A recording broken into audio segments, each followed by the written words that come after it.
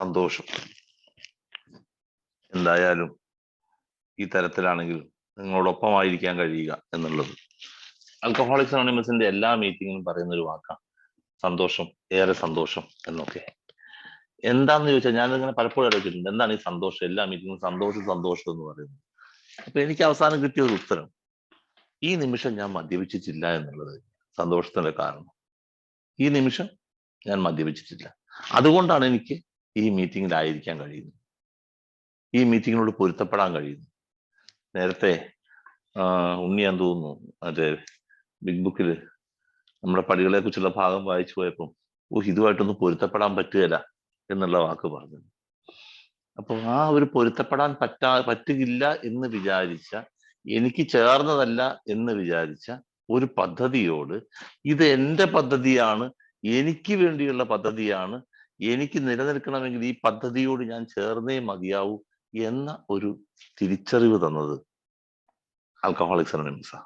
ആ തിരിച്ചറിവ് കിട്ടിയത് കൊണ്ടാണ് ഇന്ന് ഈ നിമിഷം ഞാൻ സുബോധവാനായിട്ട് ആൽക്കഹോളിക്സ് അനോണിമസിന്റെ ഏതെങ്കിലും രൂപത്തിലുള്ള ഒരു ആക്ടിവിറ്റിയിൽ നിൽക്കുന്നത്. ഇപ്പൊ ഈ മിഠായി സ്റ്റാൾസിൽ നിൽക്കുന്നതും അതുകൊണ്ട് തന്നെ. അല്ലെങ്കിൽ ഈ സമയമൊക്കെ 11:10 ആകുമ്പോഴേക്കും കസേര എണീക്കാൻ വയ്യാതെ കസേരയുടെ കയ്യെ പിടിച്ച് എണീച്ചാൽ കസേര അടക്കം മറിഞ്ഞു വീഴുന്ന അവസ്ഥയിലാവുന്ന ഒരാളാണ് ഞാൻ. ഇന്ന് ഒരു കുഴപ്പമില്ലാതെ ഉണ്ണിയും ശിവൊക്കെ വിളിക്കുന്നതിന് മുമ്പ് ഞാൻ റെഡി ആയിട്ടുണ്ട്. സോ 11 അങ്ങോട്ട് കഴിഞ്ഞോട്ടെ, എന്നിട്ട് കയറാം എന്ന് വിചാരിച്ചിട്ടാ. വേറൊരു കോൾ ഉണ്ടായിരുന്നു എനിക്ക്. ഞാൻ നേരത്തെ വിളിച്ചോ എന്ന് പറയുന്ന സാധനം ഉണ്ട്. ആ വിളി കഴിഞ്ഞിട്ട് കയറുകയാണെങ്കിൽ പിന്നെ കയറിയിട്ട് ഇറങ്ങണ്ടല്ലോ എന്നോർത്ത് നിൽക്കുമ്പോഴാണ് വിളിച്ചത് സന്തോഷം കേട്ടോ, കുഴപ്പമില്ല ഞാൻ പറഞ്ഞത്. അപ്പൊ അങ്ങനെ ഒരുങ്ങി നിൽക്കാൻ, അല്ലെങ്കിൽ എനിക്കിങ്ങനെ ഒരു ഉത്തരവാദിത്വമുണ്ട്, ഞാൻ ഏറ്റൊരു കാര്യമുണ്ട് ചിന്തിക്കാൻ എനിക്ക് സാധിക്കുന്നത് ആൽക്കഹോളിക്സ് അനോണിമസിലായിരിക്കുന്നതുകൊണ്ടാണ്. അതുകൊണ്ട് തന്നെ ഏറെ സന്തോഷവാനാണ്. നാളെയും ഈ സന്തോഷം നിലനിൽക്കണമെന്ന് ആഗ്രഹിക്കുന്നു. നാളെ എനിക്ക് ഈ സന്തോഷം നിലനിൽക്കണമെങ്കിൽ ഞാൻ ഇനിയും ആൽക്കഹോളിക്സ് അനോണിമസിലായിരിക്കേണ്ടതുണ്ട്. ഇനിയും എനിക്ക് ആൽക്കഹോളിക്സ് അനോണിമസിലായിരിക്കാൻ ആൽക്കഹോളിക്സ് അനോണിമസിന്റെ കൂട്ടായ്മ ആവശ്യമാണ്. ആൽക്കഹോളിക്സ് അനോണിമസിന്റെ കൂട്ടായ്മ ആവശ്യമാണ്. നമ്മുടെ ഗ്രൂപ്പുകളുടെ പ്രസക്തി അവിടെയാണ് നിൽക്കുന്നത്. നമ്മൾ എത്രത്തോളം ഗൗരവമായിട്ടാണ് നമ്മുടെ ഗ്രൂപ്പുകളെ കാണുന്നത് എന്ന് എനിക്ക് ചിലപ്പോഴൊക്കെ ചിലരുടെ സംശയം തോന്നിയിട്ടുണ്ട് കേട്ടോ, ഇല്ലായിക്കൊന്നുമല്ല, ഞാൻ പറയുന്നില്ല. പക്ഷേ ചിലരത് വളരെ വളരെ വളരെ വളരെ വില പിടിച്ചതായിട്ട് തന്നെ കാണുന്നുണ്ട്. ആൽക്കഹോളിക്സ് അനോണിമസിന്റെ കാഴ്ചപ്പാടിൽ അതിന്റെ ഏറ്റവും വലിയ, ഏറ്റവും ഉയർന്ന, ഏറ്റവും എന്താ പറയുക ഉത്തുംഗമായ അവസ്ഥയിലുള്ളത് ആൽക്കഹോളിക്സ് അനോണിമസിന്റെ ഗ്രൂപ്പാ. എല്ലാ ഗ്രൂപ്പും, ഇന്ന ഗ്രൂപ്പ് ഒന്നുമില്ല, സീനിയേഴ്സ് ഉള്ള ഗ്രൂപ്പ് ഒന്നുമില്ല, എല്ലാ ഗ്രൂപ്പും. ആൽക്കഹോളിക്സ് അനോണിമസിന്റെ എല്ലാ പ്രവർത്തനങ്ങളും അവിടെ തുടങ്ങുന്നത്, ഇവിടെ തുടങ്ങുന്നു, ഗ്രൂപ്പിലാണ് തുടങ്ങുന്നത്. ആൽക്കഹോളിക്സ് അനോണിമസിന്റെ എല്ലാ പ്രവർത്തനങ്ങളും, ആൽക്കഹോളിക്സ് അനോണിമസിന് എന്താ പ്രവർത്തനമുള്ളത്? യൂണിറ്റി സർവീസ് റിക്കവറി എന്ന് പറയുന്ന 3 പടവുകൾ, 3 ആ ട്രയാങ്കിളുടെ 3 സൈഡുകളാണ് ഉള്ളത് നമ്മൾ കാണുന്നത്. അപ്പൊ അതിന്റെ റിക്കവറി പാർട്ട് എവിടെയാ ഉള്ളത്? ഗ്രൂപ്പിലാ ഉള്ളത്. സർവീസ് പാർട്ട് എവിടെയാ ഉള്ളത്? ഗ്രൂപ്പിലാ ഉള്ളത്. ഓർത്തു നോക്കി, ഗ്രൂപ്പ് ഏറ്റവും പ്രാധാന്യം അർഹിക്കുന്നത്, ഏറ്റവും നല്ല സേവകരെ കിട്ടുന്നത് എവിടുന്നാണ്? ഗ്രൂപ്പിൽ നിന്നാണ്. ഏറ്റവും അധികം ആളുകൾക്ക് റിക്കവറിയിലേക്ക് എത്താൻ സഹായിക്കപ്പെടുന്നത് ആരാണ്? ഗ്രൂപ്പാണ്. പിന്നെ ഈ സേവനത്തിനുള്ള സാമ്പത്തികം എവിടുന്നാണ് കിട്ടുന്നത്? ഗ്രൂപ്പിൽ നിന്നാണ്. ആ ഗ്രൂപ്പിന്റെ ഒരു പ്രസക്തി നമ്മൾ ചിന്തിക്കേണ്ടത്. കാരണം അവിടെയാണ് ഈ സീനിയേഴ്സ് ആയ ആളുകൾ, അല്ലെങ്കിൽ ആൽക്കഹോളിക്സ് അനോണിമസ് സീനിയർ എന്ന് പറയുന്നത് ഞാൻ കൊല്ലത്തിന്റെ അടിസ്ഥാനത്തിലല്ല കേട്ടോ, ഞാൻ ആദ്യമേ എടുത്തു പറയട്ടെ. കൊല്ലത്തിന്റെ അടിസ്ഥാനത്തിലല്ല ഞാൻ സീനിയർ ജൂനിയർ എന്ന് പറയുന്നത്. ആൽക്കഹോളിക്സ് അനോണിമസ് എന്ന് പറയുന്ന ഈ ജീവിത രീതിയോട് പൊരുത്തപ്പെട്ടു പോകുന്നതിൽ സീനിയർ ആയ ആൾ, ചിലപ്പോൾ 1 വർഷക്കാരനായിരിക്കും എന്നേക്കാൾ കൂടുതൽ അത് പൊരുത്തപ്പെട്ടു പോകുന്നതിന് മുമ്പിലുള്ള സീനിയർ ആയ ആൾ 1 വർഷക്കാരനായിരിക്കാം. സംശയിക്കൊന്നും വേണ്ട. നമ്മൾ ചില ആൾക്കാരെ കുറിച്ചൊക്കെ പറയാറില്ലേ, ചിലർ വർഷങ്ങൾ കഴിഞ്ഞാണെങ്കിൽ ഇതൊരു കഷ്ടമല്ലേ എന്ന് ചോദിക്കുമ്പോൾ, ചിലർ വന്നിട്ട് കുറച്ച് നാള് ഇതൊരു മാറ്റമല്ലേ. രണ്ടും നമ്മൾ ചോദിക്കുന്ന ചോദ്യമാണ്. ഇത്രയും വർഷങ്ങൾ കഴിഞ്ഞ ആളെ നോക്കി എന്തൊരു കഷ്ടമല്ലേ എന്ന് പറയുകയും, അല്പകാലം മാത്രമായ ആളെ നോക്കിയിട്ട് എന്തൊരു മാറ്റമില്ലേ എന്ന് പറയുകയും ചെയ്യുന്നത് രണ്ടും നമ്മൾ തന്നെയാണ്. എന്താ കാരണം? രണ്ടുപേരും എയിൽ വരുന്നുണ്ട്, രണ്ടുപേരും എയുടെ ഗ്രൂപ്പുകളിലൊക്കെ വരുന്ന ആൾക്കാരാണ്. പക്ഷേ അവരുടെ ഉള്ളിലേക്ക് ആൽക്കഹോളിക്സ് അനോണിമസ് കയറിയത് വ്യത്യസ്തമായിട്ടാണ്. വ്യത്യസ്തമായിട്ടാണ്. അപ്പൊ ഈ പ്രോഗ്രാം എന്താണ് എന്ന് ശരിക്ക് മനസ്സിലാക്കപ്പെടുന്നത് ആൽക്കഹോളിക്സ് അനോണിമസിന്റെ ഗ്രൂപ്പിൽ വെച്ചിട്ടാണ്. ആൽക്കഹോളിക്സ് അനോണിമസിന്റെ ഗ്രൂപ്പിൽ വെച്ചിട്ടാണ് റിക്കവറി. ഒരു വ്യക്തിയെ ഇപ്പൊ കള്ളു കുടിക്കാതിരിക്കുന്നതാണ് റിക്കവറി എന്നാണ് ധരിക്കുക. നമ്മൾ എയിൽ വരുന്ന സമയത്ത് നമ്മുടെ ഉള്ളിലെ ധാരണ മദ്യപിക്കാതിരിക്കുക, എങ്ങനെയെങ്കിലും ഒന്ന് മദ്യപിക്കാതിരിക്കണം. എന്റെ ആഗ്രഹം അത് തന്നെയാണ് കേട്ടോ, സത്യമായിട്ട്. ഞാൻ അതിനു വേണ്ടി ആയാലും വന്നു, അല്ലാണ്ട് വേറെ ജീവിതക്രമമൊന്നും പഠിച്ചിട്ടൊന്നുമല്ല. മടുത്തു, ഇനി വയ്യ, കുടിക്കാനും വയ്യ, ആ ഒരു അവസ്ഥയിൽ ഞാൻ വന്നതാണ്. അപ്പോ അങ്ങനെ കുടിക്കാതിരിക്കണമെന്ന് വിചാരിച്ച് വന്ന എയിൽ വന്ന്, അപ്പൊ കുടിക്കാതിരിക്കണമെങ്കിൽ എന്ത് വേണം? മീറ്റിംഗ് കൂടണം എന്ന് പറഞ്ഞു. അതും ഒരു സ്നേഹബുദ്ധിയായുള്ള എന്റെ നാട്ടിലെ എന്റെ പഴമക്കാരായ ആളുകൾ എനിക്ക് എന്നോട് കാണിച്ച ആ വലിയൊരു കൺസേൺ, അല്ലെങ്കിൽ ഞാൻ മീറ്റിങ്ങിന് പോവില്ല. എനിക്കത് ഉൾക്കൊള്ളാൻ ഞാൻ വല്ലാതെ ഭയപ്പെട്ടിരുന്നു. ആൽക്കഹോളിക്സ് അനോണിമസിന്റെ മീറ്റിങ്ങിന് പോകുന്നതിനെ കുറിച്ചിട്ട് ചികിത്സാ സ്ഥലത്ത് നിന്ന് ഞാൻ ഭയപ്പെട്ടിരുന്നു. ഭയപ്പെടാനുള്ള കാരണം എന്റെ നാട്ടിലെ എല്ലാവരും എന്നെ അറിയുന്ന ആൾക്കാരാണ്. എന്റെ അച്ഛൻ അങ്ങാടി കച്ചവടമായിരുന്നു. അത് കൂടാതെ ഞാനാണെങ്കിലും അവിടെയുള്ള എല്ലാമായിട്ടും ബന്ധപ്പെട്ടൊക്കെ നിൽക്കുന്നതാണ്. അതുകൊണ്ട് എല്ലാവരും അറിയും. പിന്നെ ഞാൻ പഠിച്ച സ്കൂളിലാണ് മീറ്റിംഗ് നടക്കുന്നത്. അപ്പോ ഞാൻ ഒരു അധ്യാപകനായതിനു ശേഷമാണ് ഞാൻ എയിൽ വരുന്നത്. അപ്പൊ ഞാൻ പഠിച്ച സ്കൂളിലേക്ക് ഞാൻ ചെല്ലുമ്പോൾ അവിടെയുള്ള അധ്യാപകർക്കും എല്ലാവർക്കും എന്നെ അറിയാം. ഞാൻ ടീച്ചറാണ്. അപ്പോൾ ഇങ്ങനെ കുടി നിർത്താൻ വേണ്ടി ചെല്ലുക, കാരണം അന്നത്തെ കാലത്ത് കുടിക്കുന്നത് വലിയ പ്രശ്നമൊന്നും, പക്ഷെ കുടി നിർത്താൻ വേണ്ടി ഇങ്ങനെ പോവുക എന്നൊന്നും പറഞ്ഞ് ഉൾക്കൊള്ളാൻ വയ്യാത്തൊരവസ്ഥയായിരുന്നു. അപ്പൊ ശരിക്കും ഞാനൊരു എന്താ പറയാ, മെന്റൽ ആഗണി എന്നൊക്കെ പറഞ്ഞ മാതിരി മാനസികമായ ഒരു വലിയ പിരിമുറുക്കത്തിലാണ്. വേണോ വേണ്ടയോ, എടുക്കാനും വയ്യ, തള്ളാനും വയ്യ. കുടിക്കാതിരിക്കണം എന്ന് എനിക്ക് ആഗ്രഹമുണ്ട്. കാരണം ഞാൻ ചികിത്സയ്ക്ക് പോയപ്പോ ആ സമയത്ത് അവിടെ 10 ദിവസമായിരുന്നു ചികിത്സ. 10 ദിവസം മതിയായിരുന്നു. അപ്പൊ ഈ 10 ദിവസം ഞാൻ കുടിച്ചിട്ടില്ല. എന്നെ സംബന്ധിച്ചിടത്തോളം അത്ഭുതകരമായ സംഭവമായിരുന്നു 10 ദിവസം അടുപ്പിച്ച് ഞാൻ മദ്യപിക്കാതിരുന്നു എന്നുള്ളത്. 10 ദിവസം അടുപ്പിച്ച് ഞാൻ മദ്യപിക്കാതിരുന്നുള്ളത് എന്നെ സംബന്ധിച്ചിടത്തോളം ഈ നൂറ്റാണ്ടിലെ ഏറ്റവും വലിയ അത്ഭുതമായിരുന്നു. അതുപോലെ ഒരു അത്ഭുതമായിരുന്നു മൂന്നാമത്തെ ദിവസം ഞാൻ ഒരു പിടി ചോറ് വാരി തിന്നു എന്നുള്ളത്. നിങ്ങൾ കേൾക്കുന്നവർ എത്രത്തോളം അത് ഉൾക്കൊള്ളുമെന്ന് എനിക്ക് അറിയില്ല. എനിക്ക് ഭക്ഷണം കഴിക്കാനാവില്ലായിരുന്നു. എന്റെ കുടിയുടെ അവസാന കാലഘട്ടത്തിൽ 2000 ഒരു 2000 ജനുവരി ഒക്കെ ആ സമയം മുതൽ തന്നെ, 2000 സെപ്റ്റംബറിലാണ് ഞാൻ ചികിത്സയ്ക്ക് പോകുന്നത്. ആ സമയത്ത് 2000 അല്ല, 99 തന്നെ ഞാൻ ഭക്ഷണം വളരെ കുറവായ ആളായിരുന്നു. എനിക്ക് കഴിക്കാൻ പറ്റൂല. ഭക്ഷണ സാധനങ്ങൾ വിളമ്പി വെച്ചത് കാണുമ്പോൾ എനിക്ക് അസ്വസ്ഥതയാണ്. അതിന്റെ സ്മെല്ലടിക്കുന്നത് എനിക്ക് അസ്വസ്ഥതയാണ്. ആസ്വദിച്ച ആളുകൾ തിന്നുന്നത് കാണുന്നത് എനിക്ക് അസ്വസ്ഥതയാണ്. എനിക്ക് എന്തെങ്കിലുമൊക്കെ ഈ ദ്രവരൂപത്തിലുള്ളതല്ലാതെ പറ്റുക.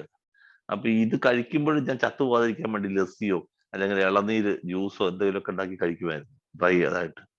അപ്പൊ അങ്ങനെ ഉള്ള അവസ്ഥയിൽ എന്റെ വലിയ മോഹമായിരുന്നു എനിക്കൊരു ഭക്ഷണം കഴിക്കണം, ചോറ് ഒന്ന് ഉരുട്ടി ഉണ്ണണം എന്നൊക്കെ ഉള്ളത് എന്റെ വലിയ മോഹമായിരുന്നു. അതൊന്നും പറ്റാത്തൊരവസ്ഥയായിട്ടില്ല എനിക്ക്. അഥവാ ഒരു ഒറ്റക്ക് ഉള്ളിൽ പോയി കഴിഞ്ഞാൽ 4 ദിവസം കഴിഞ്ഞിട്ടത് ദഹിക്കാതെ പുറത്തേക്ക് വരുന്ന അവസ്ഥയാണ്. അപ്പൊ ഞാനെന്ന് പറഞ്ഞ ആള് ഒരു തരത്തിലും ആവില്ല എന്ന് വിചാരിച്ചോട്ട് ചികിത്സയ്ക്ക് പോയി. മൂന്നാമത്തെ ദിവസം ഞാൻ ഒരു ഹാഫ് ചോറ് തിന്നു. ഉറക്കം ഒരു ദിവസം പോലും കുടിച്ചാ പോരാ, ആവശ്യത്തിലധികം കുടിച്ചെങ്കിലേ എനിക്ക് ഉറക്കം വരൂ. അല്ലെങ്കിൽ എന്താവുന്നു, ഞാൻ ആ രാത്രിയുടെ ഏതെങ്കിലും യാമത്തിൽ എണീച്ചു, പിന്നെ ഉറങ്ങില്ല, പിന്നെ കിടന്ന് തിരിഞ്ഞും മറിഞ്ഞും കിടന്ന് വല്ലാത്ത അസ്വസ്ഥത അനുഭവിക്കണം. അങ്ങനെയുള്ള ഞാൻ ഒരു തുള്ളി പോലും മദ്യപിക്കാതെ ഒരു 3-4 ദിവസം കഴിഞ്ഞപ്പോൾ ഒരു മരുന്നിന്റെ സഹായം ഇല്ലാതെ സുഖമായിട്ട് രാവിലെ 10 മണിയായപ്പോലും അറിയാത്ത അവസ്ഥയിൽ ഞാൻ കിടന്നുറങ്ങാൻ തുടങ്ങി. ഉറക്കത്തിന്റെ ഒരു സുഖം. അപ്പൊ ഇങ്ങനെ ഈ 10 ദിവസം കൊണ്ട് എനിക്ക് ശാരീരികമായ മാറ്റങ്ങൾ ഉണ്ടാവും. അവിടുന്ന് ഇറങ്ങുമ്പോൾ എന്നോട് പറയുന്നതാണ് മീറ്റിങ്ങിന് പോകുന്നതിന്റെ പ്രസക്തി. ഞാൻ അവിടെ കിടക്കുമ്പോൾ ധാരാളം ആളുകൾ അവിടെ വരികയും ഞങ്ങൾ ഇങ്ങനെ മീറ്റിങ്ങിലൂടെ ജീവിച്ചു പോകുന്നത് എനിക്കറിയാം. വളരെ അടുത്ത് പരിചയമുള്ള എന്റെ കൂടെ മദ്യപിച്ചിട്ടുള്ള ആളുകളൊക്കെയാ. എനിക്ക് സംശയമില്ല അവരെ കുറിച്ചിട്ട്. അപ്പൊ നീയും ഞങ്ങളുടെ കൂടെ പോര് എന്ന് പറയുമ്പോൾ, എവിടെയാണെന്ന് ചോദിക്കുമ്പോൾ തിരുവമ്പാടി സ്കൂളിലാണ് എന്നുള്ളത് അറിയുമ്പോൾ എനിക്കത് വല്ലാതെ അസ്വസ്ഥത ഉണ്ടാക്കുന്ന ഒരു സാധനമാണ്. കാരണം ഞാൻ എങ്ങനെ പോവും ഇവരെ കൂടെ? എനിക്ക് ആ മീറ്റിങ്ങിന് പോകാൻ പറ്റില്ല.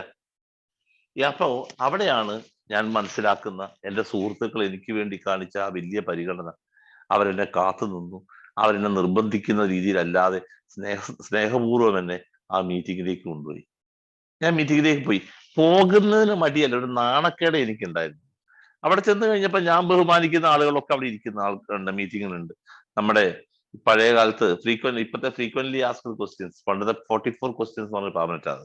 അതിൻ്റെ അകത്ത് പറഞ്ഞ മാതിരി നിങ്ങൾ എന്തിനാണോ ഇവിടെ വന്നിരിക്കുന്നത് അതിന് തന്നെയാണ് അവരും ഇവിടെ വന്നിരിക്കുന്നത്. അപ്പൊ എന്ന് പറഞ്ഞ മാതിരി അവിടെ അവരെ കണ്ടു. അപ്പോൾ അവിടെ ഓരോരുത്തർ ഷെയർ ചെയ്യുന്നത് കേട്ടു. എനിക്കിഷ്ടമൊന്നും ആയില്ല ഷെയറിംഗ് ഒന്നും. എന്തോ ഇങ്ങനെ വിളിച്ചു പറയുന്നത്, എന്തിനപ്പം അതിന്റെ ആവശ്യം എന്നൊക്കെ ഞാൻ ചിന്തിച്ചത്. പക്ഷെ അവിടുന്ന് പോന്നു. കുറെ ദിവസങ്ങൾ അങ്ങനെ കഴിഞ്ഞപ്പോൾ ഞാൻ കുടിച്ചിട്ടില്ല എന്ന് തിരിച്ചറിവ് എനിക്ക് ഒരുപാട് സമാധാനം തന്നത്. അപ്പൊ ഗ്രൂപ്പിൽ ഞാൻ പോയത് കുടിക്കാതിരിക്കാൻ വേണ്ടിയാണ്. പക്ഷെ അവിടെ ചെന്ന് അല്പം നാളുകൾക്ക് ശേഷമാണ് കുടിക്കാതിരിക്കുക എന്നുള്ളത് ഒരാവശ്യമാണ്. പക്ഷെ ഞാനെന്ന് പറഞ്ഞ വ്യക്തി കുടിക്കാനുള്ള കാരണം മറ്റു പലതുമാണ്. എൻ്റെ സ്വഭാവത്തിലെ വൈകല്യങ്ങളാണ്. ഇത് ഒരു വ്യക്തി പറഞ്ഞാൽ ഒരുപക്ഷെ ഞാൻ സമ്മതിക്കില്ല. എൻ്റെ സ്വഭാവത്തിൽ ഒരു കുഴപ്പമില്ല. എന്നെപ്പോലെ മറ്റുള്ളവരെ സഹായിക്കുന്ന ആളില്ല. എന്നെപ്പോലെ നന്നായി പഠിപ്പിക്കുന്ന അധ്യാപകനില്ല. എന്നെപ്പോലെ ഒരാളെ ഉപദ്രവിക്കാത്ത ആളില്ല. ഞാൻ ഇച്ചിരി കള്ളു കുടിക്കുമെന്നുള്ളത് ചോദിച്ചാൽ വേറെ ഒരു കുഴപ്പവും എനിക്കില്ല എന്ന് പറഞ്ഞ ആളാണ് ഞാൻ. എനിക്കോട്ട് ഇല്ലായിരുന്നു അവനും എൻ്റെ കാഴ്ചപ്പാടിൽ. എനിക്കോട്ട് കുഴപ്പമില്ലായിരുന്നു. പക്ഷെ അവിടെ ആരും എൻ്റെ കുഴപ്പം പറഞ്ഞില്ല. പകരം അവർ ഈ കുടിയിലേക്ക് എത്തിയത് ഇന്ന സ്വഭാവ വിശേഷതകൾ ഞങ്ങളിൽ ഉണ്ടായിരുന്നത് കൊണ്ടാണ്. അത് പതുക്കെ പതുക്കെ ഞാൻ മാറ്റാൻ ശ്രമിച്ചുകൊണ്ടിരിക്കുന്നു. അതുകൊണ്ടാണ് എൻ്റെ കുടി മാറുന്നത്. നമ്മുടെ സ്റ്റെപ്സിൽ പറയുന്ന മാതിരി നമ്മുടെ സ്വഭാവ വൈകല്യങ്ങളെ കണ്ടെത്തുന്ന ഒരു പ്രക്രിയ, അതിനെ തിരുത്താൻ സഹായിക്കുന്ന പ്രക്രിയ, ഒരു പുതിയ ജീവിത രീതിയിലൂടെ മുമ്പോട്ട് പോകാൻ സഹായിക്കുന്ന പ്രക്രിയ, ഇതാണ് ഗ്രൂപ്പിൽ നടക്കുന്നതെന്ന് ഞാൻ തിരിച്ചറിഞ്ഞു. അതൊക്കെയാണ്, പെട്ടെന്നല്ല, ഒരു ദിവസമല്ല. ഈ തിരിച്ചറിവ് ഒരു വ്യക്തിയിൽ അസ്വസ്ഥതകൾ ഉണ്ടാകാതെ ഉണ്ടാക്കി കൊടുക്കാൻ കഴിയുക ആൽക്കഹോളിക്സ് അനോണിമസിന്റെ ഗ്രൂപ്പിന് മാത്രമാണ്. എത്ര വലിയ സ്പോൺസർക്കും അത് അത്രയും എളുപ്പമല്ല. ഒരസ്വസ്ഥതയും ഇല്ലാതെ ഒരു വ്യക്തിക്ക് ഇതിനോട് പൊരുത്തപ്പെടാൻ, ഇത് സ്വീകരിക്കാൻ കഴിയുക ഗ്രൂപ്പ് ഷെയറിങ്ങിലൂടെയാണ്. അതുകൊണ്ട് തന്നെയാണ് ആൽക്കഹോളിക്സ് അനോണിമസിന്റെ കൂട്ടായ്മയുടെ ഷെയറിംഗ് എന്ന് പറയുന്നത്. എങ്ങനെയായിരിക്കണം എന്നൊക്കെയുള്ള കൺസെപ്റ്റ് നിങ്ങൾക്ക് അറിയാം. പ്രത്യേകിച്ച് നിങ്ങൾ കേരളത്തിന് പോകാൻ അല്ലെങ്കിൽ ഇന്ത്യക്ക് പുറത്തുള്ളവരായതുകൊണ്ട്, ഔട്ട്സൈഡ് മീറ്റിംഗ്സിൽ അറ്റൻഡ് ചെയ്തവരായതുകൊണ്ട് നിങ്ങൾക്ക് അത് നന്നായിട്ട് അറിയാം എന്ന് ഞാൻ വിശ്വസിക്കുന്നു. കാരണം നമ്മുടെ മീറ്റിംഗിൽ എപ്പോഴും നമ്മൾ പ്രസന്റിനാണ് പ്രാധാന്യം കൊടുക്കുന്നത്, പാസ്റ്റിനല്ല. ബിഗ് ബുക്കിൽ അത് പറയുന്നുണ്ട്. നമ്മുടെ പ്രസന്റിന് എന്തെങ്കിലും ആവശ്യം ഉണ്ടെങ്കിൽ മാത്രമേ നമ്മൾ എന്ത് ചെയ്യേണ്ട ആവശ്യമുള്ളൂ. നമ്മുടെ പാസ്റ്റിനെ മറന്നു കളയാനല്ല, ചെകഞ്ഞെടുക്കേണ്ട ആവശ്യമുള്ളൂ. നമ്മുടെ പ്രസന്റിന് എന്തെങ്കിലും ക്വാളിറ്റി ഉണ്ടാക്കാൻ, അതിന്റെ നന്മയ്ക്ക് ആവശ്യമുണ്ടെങ്കിൽ മാത്രം നമ്മൾ പാസ്റ്റിനെ നോക്കിയാൽ മതി. അപ്പൊ എയുടെ റിക്കവറി മീറ്റിങ്ങുകളിൽ എൻ്റെ ഇന്നലകളെ കുറിച്ച് എനിക്ക് വളരെ ചുരുക്കം പ്രതിപാദിച്ചാൽ മതി. പക്ഷെ നിർഭാഗ്യവശാൽ നമ്മുടെ ഇവിടെ പലപ്പോഴും ഇന്നലകളാണ് നമ്മളെ മീറ്റിങ്ങിലെ ഷെയറിങ്ങിലെ അധിക ഭാഗവും കൊണ്ടുപോകുന്നത്. ഇന്നല്ല ഇവിടെ നമുക്ക് നമ്മുടെ ഇന്നിൽ ജീവിക്കുന്ന പ്രക്രിയയിലേക്ക് ഇപ്പോഴും എത്താൻ കഴിഞ്ഞിട്ടില്ല എന്ന് തോന്നുന്നു. കുറ്റമല്ല കേട്ടോ ഞാൻ പറഞ്ഞത്, അങ്ങനെ ധരിക്കരുത്. ഞാനും അങ്ങ് എത്തിയെന്ന് അർത്ഥം വിചാരിക്കരുത്, ഒരിക്കലുമില്ല. ഒരു ഓർഡിനറി മനുഷ്യനാണ് ഞാൻ. ഒരു തരത്തിലുള്ള മാറ്റങ്ങളും. പക്ഷെ പറയുമ്പോൾ എനിക്ക് ഇതിങ്ങനെ പറയാൻ പറ്റൂ. കാരണം ആൽക്കഹോളിക്സ് അനോണിമസ് വിവക്ഷിക്കുന്ന ഇതാണ്. അത് തന്നെ എനിക്ക് പറയാൻ പറ്റൂ. അതുകൊണ്ടാണ് പറഞ്ഞത്. ഞാൻ പറയുന്ന എല്ലാം ഞാൻ ചെയ്തതല്ല, പക്ഷെ ഞാൻ അങ്ങനെ ആകണമെന്ന് ആഗ്രഹിക്കുന്നു. ഞാൻ അതിനെക്കുറിച്ച് മനസ്സിലാക്കിക്കൊണ്ടിരിക്കുന്നു, അതിനുവേണ്ടി പ്രയത്നിക്കുന്നു. അത്രമാത്രം കണക്ക് കൂട്ടുക. അപ്പൊ തീർച്ചയായിട്ടും മീറ്റിങ്ങിൽ നമ്മൾ ഇവിടെ ഇന്നലകളെ കൊണ്ട് കൂടുതൽ സമയം കളയുന്നുവെങ്കിൽ ശരിക്ക് ചെയ്യേണ്ടത് ഇന്നലെ അല്പം മതി. കാരണം ഇന്നലെ എന്റെയും നിങ്ങളുടേതും ഒക്കെ ഏതാണ്ട് സമാനമായി. കുടിയുടെ കാലഘട്ടം, സാമ്പത്തിക നഷ്ടം, കുടുംബ കലഹം, ജോലിയിൽ പ്രശ്നം, അത് സമൂഹത്തിൽ നാണക്കേട്, ആരോഗ്യപരമായ കാര്യങ്ങൾ, അത് ശാരീരികമായ കാര്യങ്ങൾ, ഇതൊക്കെ എല്ലാവർക്കും ഉണ്ട്. അത് ആനുഷംഗികമായിട്ട് അല്പം പറയുകയും, ഞാൻ അങ്ങനെ കണ്ടുമുട്ടി. അവിടെ വന്നിരിക്കുന്ന ഓരോ ആളുകളിലേക്കും നമ്മൾ കൊടുക്കേണ്ടത് ആൽക്കഹോളിക്സ് അനോണിമസ് എന്ന് പറയുന്ന ഈ എന്ന രണ്ടക്ഷരം, ജീവൻ രക്ഷിക്കുന്ന ഈ രണ്ടക്ഷരം അക്ഷരമായിട്ടല്ല കൊടുക്കേണ്ടത്, ഒരു പദ്ധതിയായിട്ട് അവരിലേക്ക് കൊടുക്കണം. അതൊരു ജീവിത രീതിയാണ്. ഒരു മാറിയ മനോഭാവത്തിലൂടെ കാര്യങ്ങളെ കാണാനും, അതിന്റെ യഥാർത്ഥ ആസ് ഇറ്റ് ഈസ് എന്ന വാക്ക്, ആയിരിക്കുന്നത് പോലെ കാര്യങ്ങൾ മനസ്സിലാക്കാനും അതിനനുസരിച്ച് ജീവിക്കാനും, സങ്കല്പലോക ജീവിക്കാനല്ല, മനുഷ്യനെ പ്രാപ്തനാക്കുന്ന ആ ഒരു ജീവിത പദ്ധതിയാണ് എന്ന് ഇവിടെ വന്നയാൾക്ക് മനസ്സിലാവണം. ഇവിടെ ഇരിക്കുന്ന ഈ മീറ്റിംഗിൽ ഇരിക്കുന്ന ആൾക്ക് മനസ്സിലാവണം. അതെങ്ങനെയേ മനസ്സിലാവുള്ളൂ? ഇവിടെ ആരും പഠിപ്പിക്കുന്നില്ല. റിക്കവറി മീറ്റിംഗിൽ ആരും പഠിപ്പിക്കുന്നില്ല. ഇവിടെ യു എന്നൊരു വാക്കില്ല. ഐ എന്നൊരു വാക്ക് മാത്രമേ ഉള്ളൂ. അപ്പൊ തീർച്ചയായിട്ടും ഞാൻ എന്നെ പറയുമ്പോൾ എനിക്കുണ്ടായ മാറ്റങ്ങൾ, ഞാൻ ഈ ഗ്രൂപ്പിൽ വന്നപ്പോൾ ഇതായിരുന്നു, പക്ഷെ ഇപ്പോൾ എനിക്ക് കാര്യങ്ങളെ ഞാൻ മാറി മാറി ചിന്തിക്കാൻ തുടങ്ങി. കാരണം ഇവിടെ വെച്ച് പലതും കേൾക്കുകയും പലരിലും സംഭവിച്ചത് കാണുകയും ആണ്. അത് മീറ്റിംഗിൽ മാത്രം കിട്ടുന്ന ഒരു കാര്യമാണ്. കേൾക്കുകയും കാണുകയും. അവരെന്റെ മുമ്പ് ഞാൻ അവരെ കണ്ടതാണ്, ഇപ്പോഴും ഞാൻ അവരെ കാണുന്നു. അപ്പൊ പലരിലും സംഭവിച്ച മാറ്റങ്ങൾ ഞാൻ കാണുകയും ചെയ്തിട്ടുണ്ട്. അതുകൊണ്ട് എനിക്കും അത് അംഗീകരിക്കാൻ പറ്റി. ഈ പദ്ധതി നല്ലതാണ് എന്ന് ബോധ്യപ്പെട്ടു. ഞാനത് പതുക്കെ എനിക്കാവുന്നത് പോലെ, എന്റെ സൈസ് അല്ല ഷിബുവിന്റെ സൈസ് ഷർട്ട്, അല്ലെങ്കിൽ ഉണ്ണിയുടെ സൈസ്, എനിക്ക് രണ്ടുപേരെ അറിയുള്ളൂ കേട്ടോ, അതുകൊണ്ട് ഞാൻ പറയുന്നത് മാത്രമേ ഉള്ളൂ. വേറെ ഒന്നും തയ്ക്കണ്ട, ബാക്കിയുള്ളവർ ഷർട്ടല്ലേ എന്ന് ആലോചിക്കുന്നത്. അപ്പോ എനിക്ക് എന്റെ സൈസിലുള്ളതാണ് എനിക്ക് വേണ്ടത്. ഞാനത് ഉണ്ടാക്കാൻ തുടങ്ങി. എങ്ങനെ? അവരെങ്ങനെ ഇത് ഉണ്ടാക്കി എന്ന അറിവ് എനിക്ക് എന്റേതായ രീതിയിൽ പ്രാവർത്തികമാക്കാൻ സഹായിച്ചു. ഇത് ഗ്രൂപ്പിന്റെ ഏറ്റവും വലിയ പ്രത്യേകതയാണ്. റിക്കവറിയിലെ ഏറ്റവും വലിയ അടിസ്ഥാനപരമായ ഘടകമാണ്. എങ്ങനെ രക്ഷപ്പെടണമെന്ന് ആരും പറഞ്ഞു തന്നില്ല. കുടി നിർത്താൻ എല്ലാവരും പറഞ്ഞു തന്നു, പക്ഷെ എങ്ങനെ നിർത്തണമെന്ന് ആരും പറഞ്ഞില്ല. അങ്ങ് നിർത്തിയാൽ മതി എന്ന് പറഞ്ഞു. ഞാൻ ഒരു പ്രാവശ്യമല്ല, 1000 പ്രാവശ്യമല്ല നിർത്തിയിട്ടുള്ളത്. നിർത്താൻ പറ്റാതെ തോറ്റ സമയം, അപ്പൊ ആദ്യമൊക്കെ നിർത്തിയാൽ ചിലപ്പോൾ 10 ദിവസമോ അല്ലെങ്കിൽ 15 ദിവസമോ ഒക്കെ പോവായിരിക്കും. പിന്നെ അത് തീരെ പോകാത്ത ഒരവസ്ഥയായി. അപ്പോഴും ഞാൻ ദിവസവും നിർത്തിക്കൊണ്ടേയിരിക്കുകയായിരുന്നു. നടന്നില്ല എന്ന് മാത്രമേ ഉള്ളൂ. അപ്പൊ എങ്ങനെ വിജയപ്രദമായിട്ട് എനിക്കത് ചെയ്യാൻ പറ്റും? എന്റെ പ്രശ്നങ്ങൾ എന്റെ ശാരീരിക പ്രശ്നമാണ്. ആദ്യത്തെ പ്രശ്നം, ശാരീരിക പ്രശ്നമുള്ള ഒരാളെന്ന നിലയ്ക്ക് എന്റെ ശാരീരികമായ അസ്വസ്ഥതകളെ പരിഹരിക്കാതെ എനിക്ക് നിർത്താൻ പറ്റില്ല.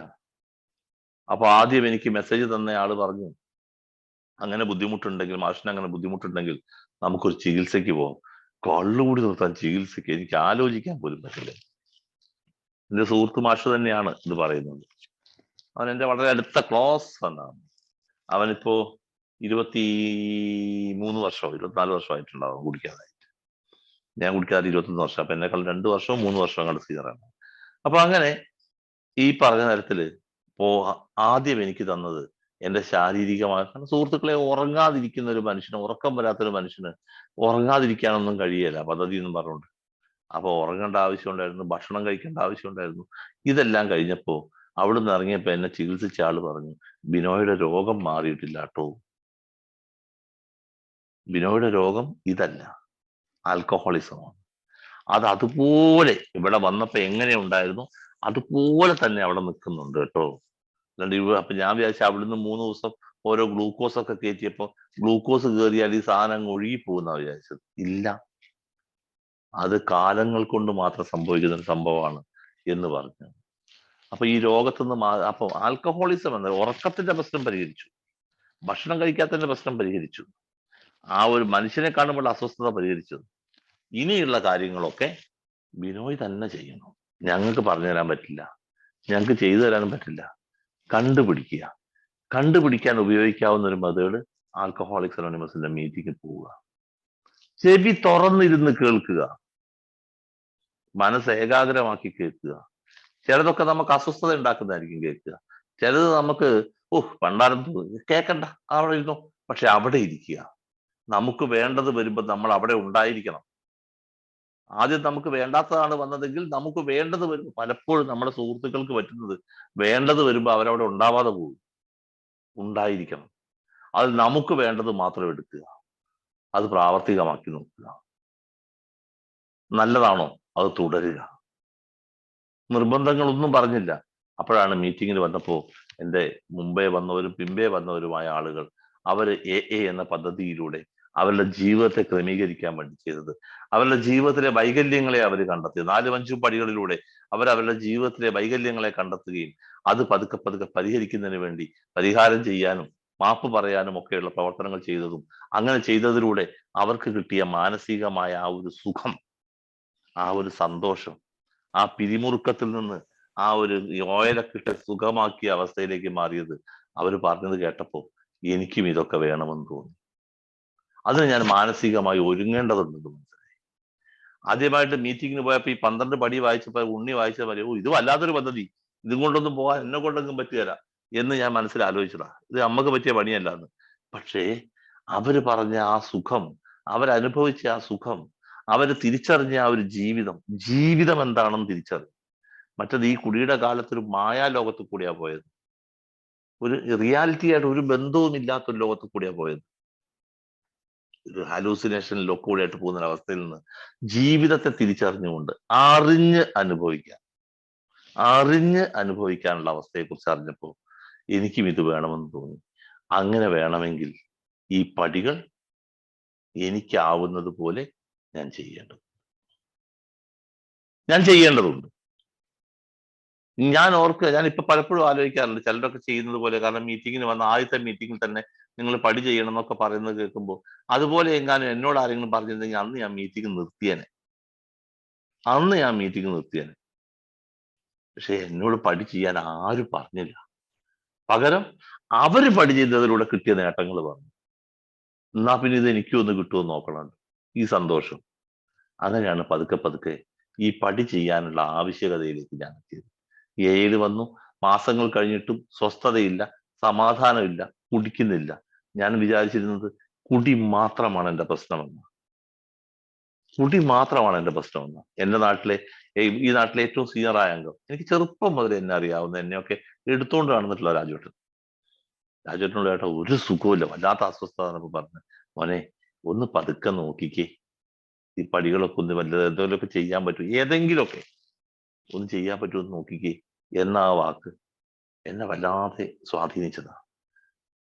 അപ്പോഴാണ് ഈ ഓരോരുത്തരും പടി ചെയ്യാൻ വേണ്ടി അവർ ചെയ്ത മാർഗങ്ങൾ ഗ്രൂപ്പിൽ പറയുന്നത്.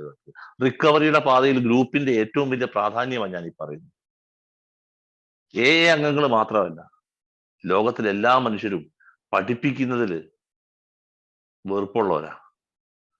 പ്രശസ്തനായ ഒരു ചൈനീസ് ചിന്തകൻ, ഞാൻ പേര് മറന്നുപോയി, ഞാൻ പഠിപ്പിച്ച, പക്ഷെ ഞാൻ മറന്നുപോയി, വയസ്സായില്ലേ, അതുകൊണ്ട് മറന്നു എന്ന് വിചാരിച്ചാൽ മതി. കുട്ടികൾ പഠിപ്പിക്കുന്നതിൽ വിമുഖരാണ്, പക്ഷെ പഠിക്കുന്നതിൽ തൽപരരാണ്.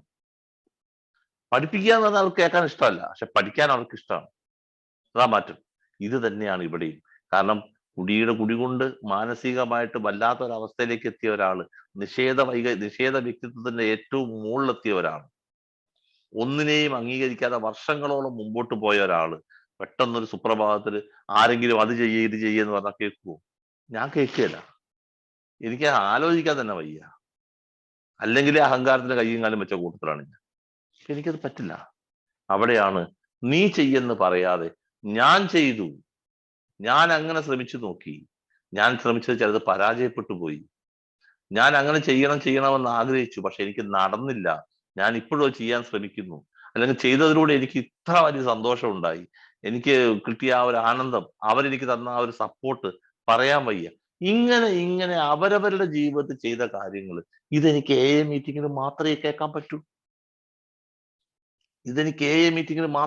പറ്റൂ. അത് മാത്രമല്ല, ആ മീറ്റിംഗ് ഹാളിൽ ഇരുന്ന് അത് കേൾക്കുമ്പോൾ എനിക്കുണ്ടാവുന്ന ഒരു ഫീല് ഒരു പക്ഷെ എനിക്ക് ഒരാളോട് പേഴ്സണലായിട്ട് പറഞ്ഞാൽ കിട്ടുന്നില്ല. എന്റെ കാര്യമാണ്, നിങ്ങളുടെ ഞാൻ പറയില്ല, ഓരോരുത്തരും വ്യത്യസ്തമാണത്. ഒരാളോട് പറഞ്ഞാൽ ഒരു ഫീലും കിട്ടുകയെന്നല്ല ഞാൻ പറഞ്ഞതിനർത്ഥം. പക്ഷേ ആ മീറ്റിംഗ് ഹാളിൽ ഇരുന്ന് കേൾക്കുമ്പോൾ, കാരണം ഒരാൾ പറഞ്ഞു കഴിഞ്ഞാൽ മീറ്റിംഗ് ശ്രദ്ധിച്ച് നോക്കിയാൽ നിങ്ങൾക്ക് കാണാം, ഒന്നാമത്തെ ആള് അത്യാവശ്യം ഒരു കൊള്ളാവുന്നതാണ്, എല്ലാം കൊള്ളാവുന്നതാണ്, അതല്ല ഞാൻ പറഞ്ഞത്, ഏതെങ്കിലും ഒരു പോയിന്റ് പറഞ്ഞ് ഷെയർ ചെയ്തിട്ടുണ്ടെങ്കിൽ മിക്കവാറും അന്നത്തെ മീറ്റിംഗിൽ മുഴുവൻ ആളുകളും ഏതാണ്ട് അതിനോട് ചേരുന്ന ഒരു ഷെയറിങ്സ് ആയിരിക്കും വരിക മീറ്റിംഗിൽ. അതിനോട് പക്ഷെ പലപ്പോഴും ആദ്യകാലത്തൊക്കെ ഞാൻ മീറ്റിങ്ങിന് പോകുമ്പോൾ എന്തെങ്കിലുമൊക്കെ പറയാനുള്ളതൊക്കെ ഇങ്ങനെ മനസ്സിൽ കണ്ടിട്ട് പോകുമായിരുന്നു. അവിടെ ചെന്ന് കഴിഞ്ഞാൽ ആലോചിച്ച് പഠിച്ചത് ഒരെണ്ണവും കിട്ടുകയില്ല. അവിടെ കേട്ടതിന്റെ ബാക്കി എന്തെങ്കിലും പറയുക. അപ്പൊ ഈ പറഞ്ഞ ഒരാൾ പറഞ്ഞതിനോട് ചേരുന്നത് തന്നെ വീണ്ടും വീണ്ടും ആളുകളിലൂടെ ഇങ്ങനെ ആവർത്തിക്കപ്പെടുമ്പോൾ എനിക്ക് ഉണ്ടാവുന്ന ഒരു ഫീല് വേറൊരെണ്ണം. അപ്പൊ ഒരു വിഷമമില്ലാതെ എന്റെ ജീവിതത്തിൽ പടികളുടെ പ്രാധാന്യം മനസ്സിലാക്കാൻ പറ്റി. ഇത് പ്രാവർത്തികമാക്കിയാലേ എന്നെ കുടിയിലേക്ക് നയിച്ച എന്റെ സ്വഭാവ വൈകല്യങ്ങളിൽ നിന്ന് എനിക്ക് മോചനം ലഭിക്കൂ എന്ന് ഞാൻ മനസ്സിലാക്കി. ആ തിരിച്ചറിവ് എനിക്ക് തന്ന വലിയ ഉപകാരമായിരുന്നു പതുക്കെ പടി ചെയ്യാനുള്ള പ്രയത്നം.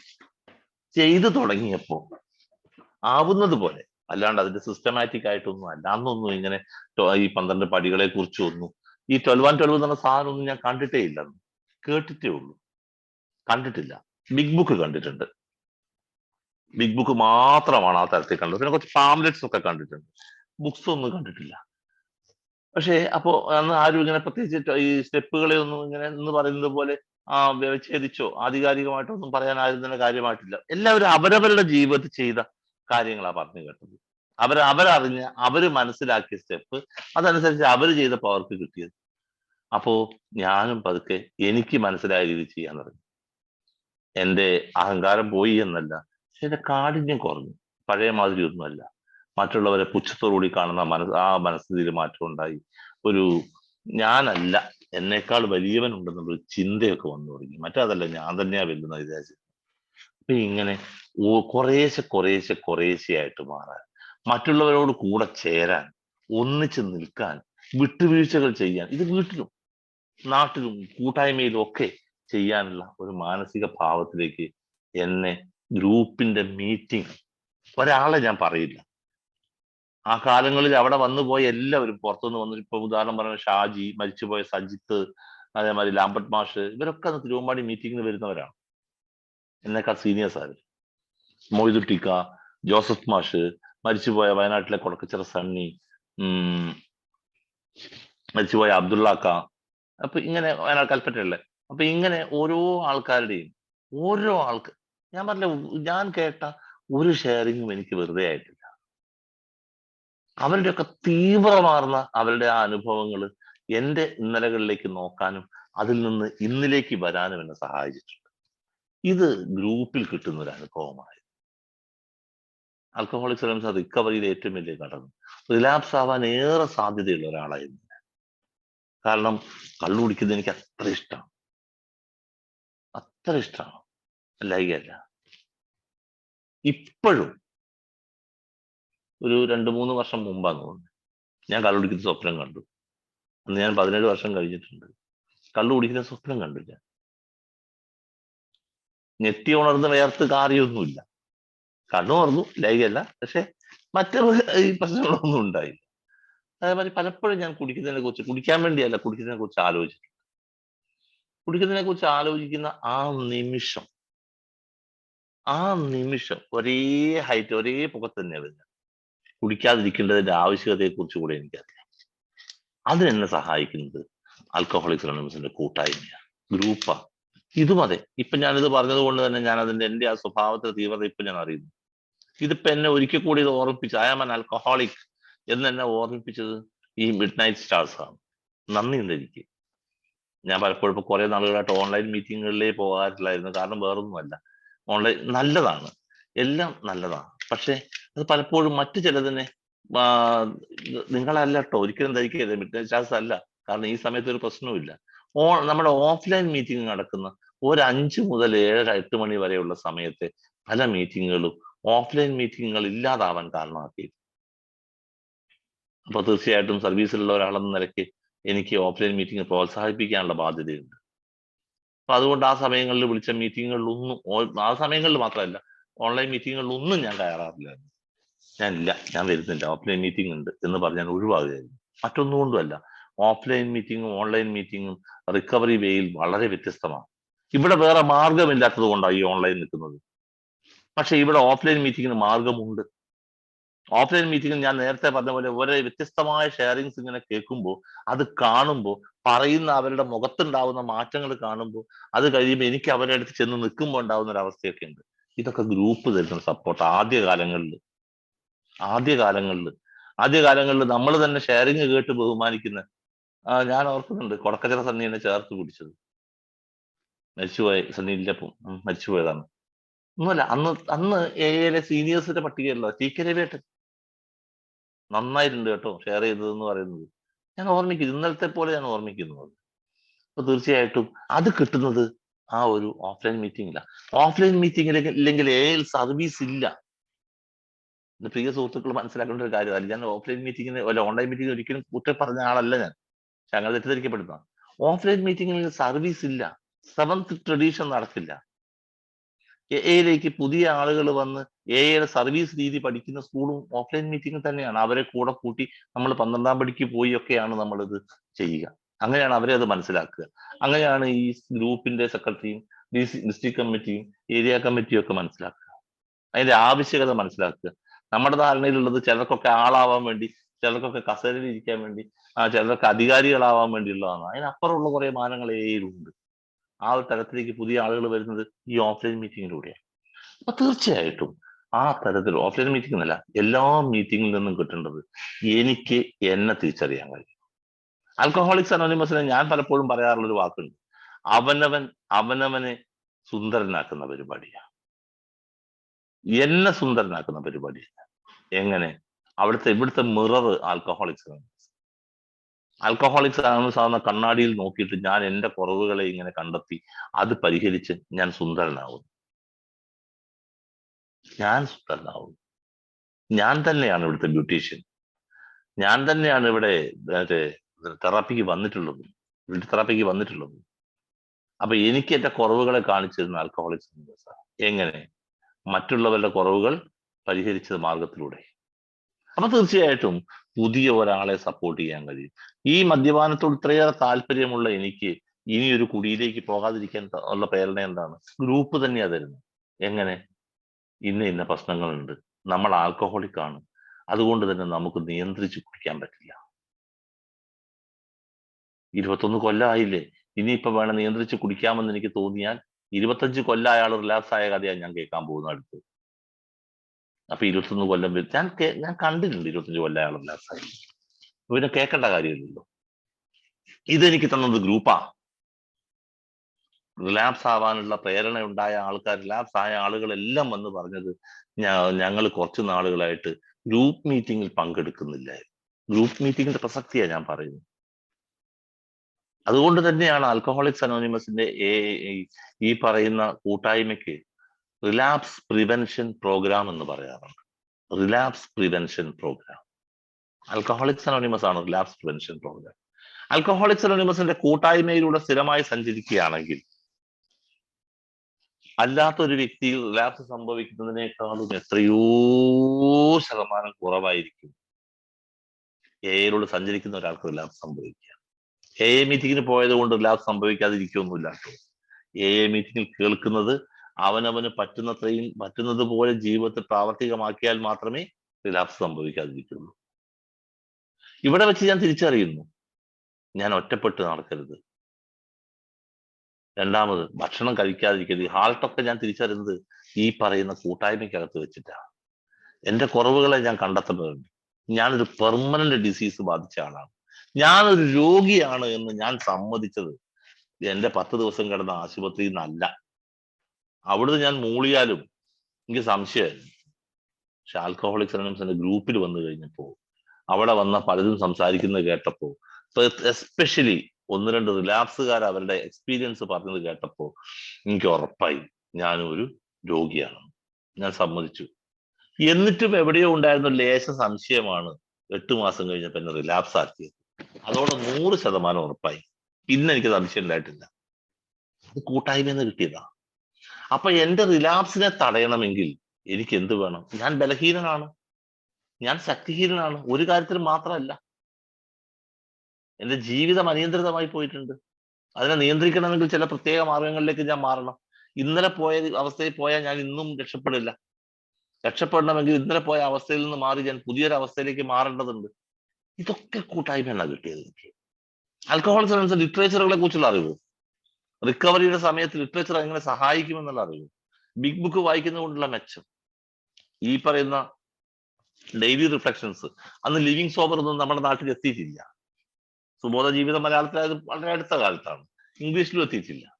അപ്പൊ അങ്ങനെ ഉള്ള തരത്തിൽ ഈ ലിറ്ററേച്ചറുകളുടെ പ്രാധാന്യം, 12ാം പടി ചെയ്തതിന് സഹായം.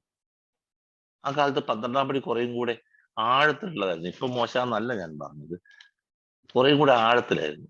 അത് language of the heart, not literature, language of the heart. നമ്മുടെ അനുഭവങ്ങൾ, നമുക്ക് അയാളോട് പറയാനുള്ളത് നമ്മുടെ അനുഭവങ്ങളാണ്. ബിഗ് ബുക്കിൽ ബില്ലിന്റെ കഥയിൽ പറഞ്ഞ പോലെ തന്നെ നമുക്ക് നമ്മുടെ അനുഭവങ്ങൾ തന്നെയാ പറയാനുള്ളത്. നമ്മൾ എന്തായിരുന്നു, നമ്മൾ ഇപ്പൊ എന്താണ്, ഇങ്ങനെ ആവാനുള്ള കാരണം, ഇത് അയാളോട് പറയാൻ നമുക്കത് നല്ല ഉത്സാഹമായിരുന്നു. ധാരാളം 12ാം പടി പ്രവർത്തനങ്ങൾക്ക് പോകാൻ കഴിയും. ഒരു സർവീസും അല്ല, അന്ന് സർവീസും ഇല്ല. അന്ന് എന്റെയൊക്കെ നമ്പർ ഈ PA നമ്പറായിട്ട് കൊടുക്കുന്നത് കൊണ്ട് ഒരുപാട് വിളികൾ, എസ്പെഷ്യലി ആ KSRTC ബസിന്റെ ഒക്കെ സംഭവങ്ങളൊക്കെ വന്നപ്പോഴത്തേക്കും ഒരുപാട് വിളികൾ എനിക്ക് കിട്ടിയിട്ടുണ്ട്. അതൊക്കെ എനിക്ക് എന്നെ തിരിച്ചറിയാൻ സഹായകമാണ്. ആൽക്കഹോളിക്സ് അനോണിമസിന് വേണ്ടി ചെയ്യുന്നതെന്ന് ഞാൻ പറയുന്ന എല്ലാ കാര്യങ്ങളും ഞാൻ എനിക്ക് വേണ്ടി ചെയ്തതാണ്. ആൽക്കഹോളിക്സ് അനോണിമസിന് വേണ്ടി ചെയ്തതല്ല. ഈ പറഞ്ഞ ഈ എന്റെ നമ്പർ സർവീസ് നമ്പറായി കൊടുത്തത് മാസികകളിലും അതേമാതിരി നമ്മുടെ സ്റ്റിക്കറുകളിലും ഒക്കെ വന്നത്, ഇതൊന്നും ഞാൻ എക്ക് വേണ്ടി ചെയ്തതല്ലെന്ന് എനിക്കിന്ന് തിരിച്ചറിയാൻ പറ്റും. കാരണം അതൊക്കെ എനിക്ക് എന്നെ മനസ്സിലാക്കാൻ, എനിക്ക് എന്റെ ക്വാളിറ്റിയിലേക്ക് എത്തിക്കാൻ, അല്ലെങ്കിൽ എന്റെ വളർച്ചയ്ക്ക് മുമ്പോട്ട് ഒരുപാട് സഹായകമാകാൻ വേണ്ടി ചെയ്തതാണ്. ഒന്നും ഞാൻ എക്ക് വേണ്ടിയല്ല ചെയ്തത്, എനിക്ക് വേണ്ടിയാണ് ചെയ്തതെന്ന് തിരിച്ചറിയാൻ പറ്റുന്നു. അതിനേക്കാളും വലുതായിട്ട് എനിക്ക് തോന്നിയ ഒരു കാര്യം, ആൽക്കഹോളിക്സ് അനോണിമസിന്റെ പ്രാർത്ഥിക്കാനുള്ളതല്ല എന്നുള്ളതാണ്. തെറ്റിദ്ധരിക്കരുത്. ഇയാൾ ഈ പാതിരായ്ക്ക് വന്നിട്ട് എന്നാ കോപ്പ പറയുന്നതെന്ന് വിചാരിച്ചേക്കരുത്. ആൽക്കഹോളിക്സ് അനോണിമസിന്റെ പ്രാർത്ഥിക്കാനുള്ളതല്ല. എന്റെ 20 കൊല്ലത്തെ അനുഭവത്തിൽ ഉണ്ടായത്, എന്റെ ഇപ്പൊ അടുത്ത കാലത്ത് ഉണ്ടായ വട്ടായത് ആ ചിന്ത വന്നത് ഞാൻ നിങ്ങളോട് പങ്കുവെക്കുക. കാരണം നിങ്ങളിൽ അധികം ആളുകളും അല്പകാലമൊക്കെ കൂടെ പോയ ആളുകളാവുന്നതുകൊണ്ട് കേൾക്കുന്ന അർത്ഥത്തിൽ അതിനെ എടുക്കുകയില്ല. അത് പ്രവർത്തിക്കാനുള്ളതാണ്. ആൽക്കഹോളിക്സ് അനോണിമസിന്റെ പ്രാർത്ഥന പ്രവർത്തിക്കാനുള്ളതാണ്. ആ പ്രാർത്ഥനയുടെ ഏതൊരംശം പ്രവർത്തിച്ചാലും മനസമാധാനമുള്ളവനായി മാറും.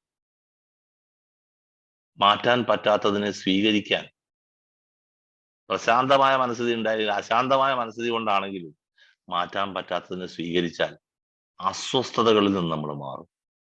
നമുക്കറിയാം, ആൽക്കഹോളിക് ആയ ഒരു വ്യക്തിക്ക് ഒട്ടും പറ്റാത്തൊരു സാധനം അസ്വസ്ഥതയാണ്. ഒരു തരത്തിലുള്ള അസ്വസ്ഥതയും. ഈവൻ ബസ് കാത്തു നിന്നിട്ട് സമയത്ത് ബസ് വന്നില്ലെങ്കിൽ ഉണ്ടാവുന്ന അസ്വസ്ഥത എന്ന് ആലോചിച്ചാൽ മതി. ബസ് കാത്തു നിന്നിട്ട് ആ ബസ് വരാൻ താമസിച്ചാൽ സമയത്ത് എത്തിയില്ലെങ്കിൽ നമുക്ക് ഉണ്ടാവുന്ന ആ ഒരു റെസ്റ്റ്ലെസ്നെസ് ഒന്ന് ആലോചിച്ചാൽ. അപ്പൊ മറ്റു പല കാര്യങ്ങളും ആലോചിച്ച് നോക്കി.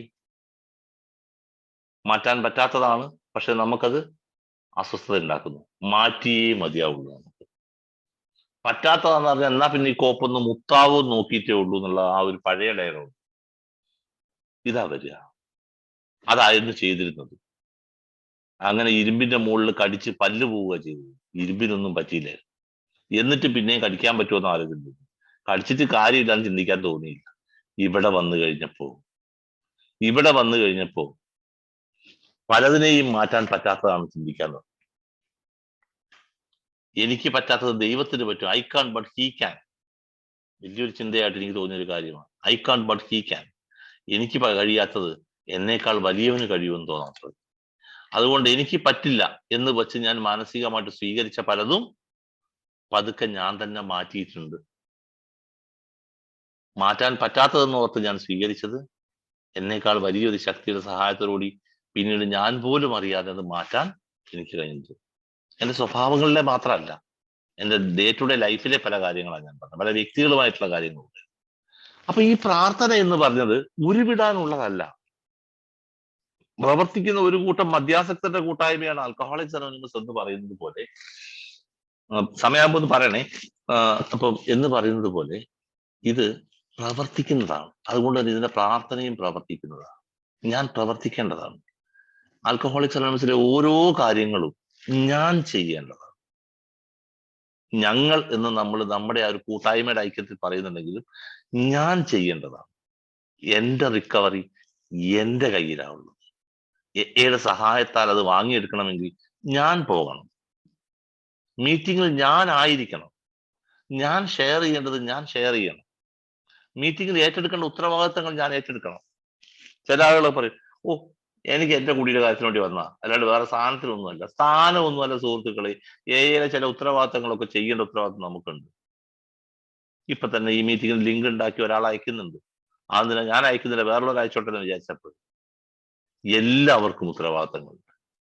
അത് ചെയ്തേ മതിയാവും. ഇത് ഞാൻ ചെയ്യേണ്ടതാണ്. എനിക്ക് വേണ്ടിയാ ചെയ്യുന്നത്, മറ്റുള്ളവർക്ക് വേണ്ടിയല്ല ഞാൻ ചെയ്യുന്നത്. എനിക്ക് വേണ്ടിയാ ചെയ്യുന്നത്. ചില ആളുകളൊക്കെ ചെയ്യുന്നത് മറ്റുള്ളവർക്ക് വേണ്ടി ചെയ്യാനായിരിക്കും. അത് അയാൾക്കും ഗുണം പിടിക്കാനുള്ള അവസ്ഥ.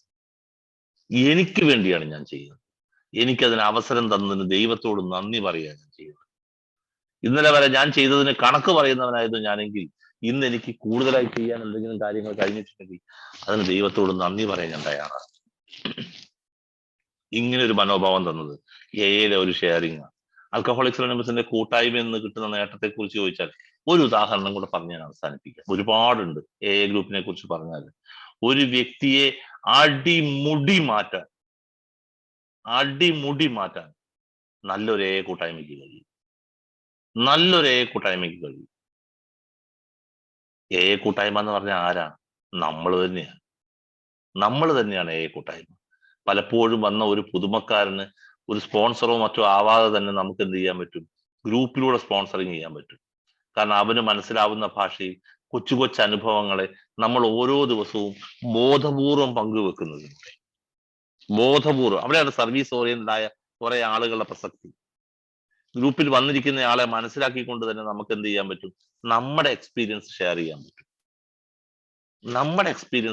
പറ്റും. നമുക്കതല്ലാണ്ട് വേറെ ഷെയർ ചെയ്യാൻ എക്സ്പീരിയൻസസ് ഉണ്ട്. പക്ഷെ ഇവിടെ ഇരിക്കുന്ന ആൾക്ക് ഏറ്റവും ഗുണപ്രദമാവും ഇതാണെന്ന് കരുതിക്കൊണ്ട് ഞാൻ എൻ്റെ എക്സ്പീരിയൻസ് അയാൾക്ക് വേണ്ടി കൂടി ഞാൻ കണക്ക് കൂട്ടിക്കൊണ്ട് ചെയ്യും. അത് അയാൾക്ക് ഗുണകരമായി മാറും. ശ്രദ്ധിച്ചു നോക്കിയാൽ നിങ്ങൾക്ക് കാണാം. അത് നിങ്ങളിൽ പലരും സീനിയേഴ്സ് ആയ ആളുകൾ അങ്ങനെ ചെയ്തിട്ടുണ്ടാകാം. നല്ല കാര്യം. അപ്പൊ ഞാൻ ഈ പറഞ്ഞത് എനിക്കുണ്ടായ ഒരു അനുഭവം ഞാൻ പറയാം. 2001 എൻ്റെ കണ്ടിന്യൂസ് സോബറൈറ്റി ആരംഭിക്കുന്നത്. 2000 ഞാൻ ഏഴ് എത്തുന്നത്. 2001 എൻ്റെ കണ്ടിന്യൂസ് സോബറൈറ്റി. 2001 ജൂലൈ 24.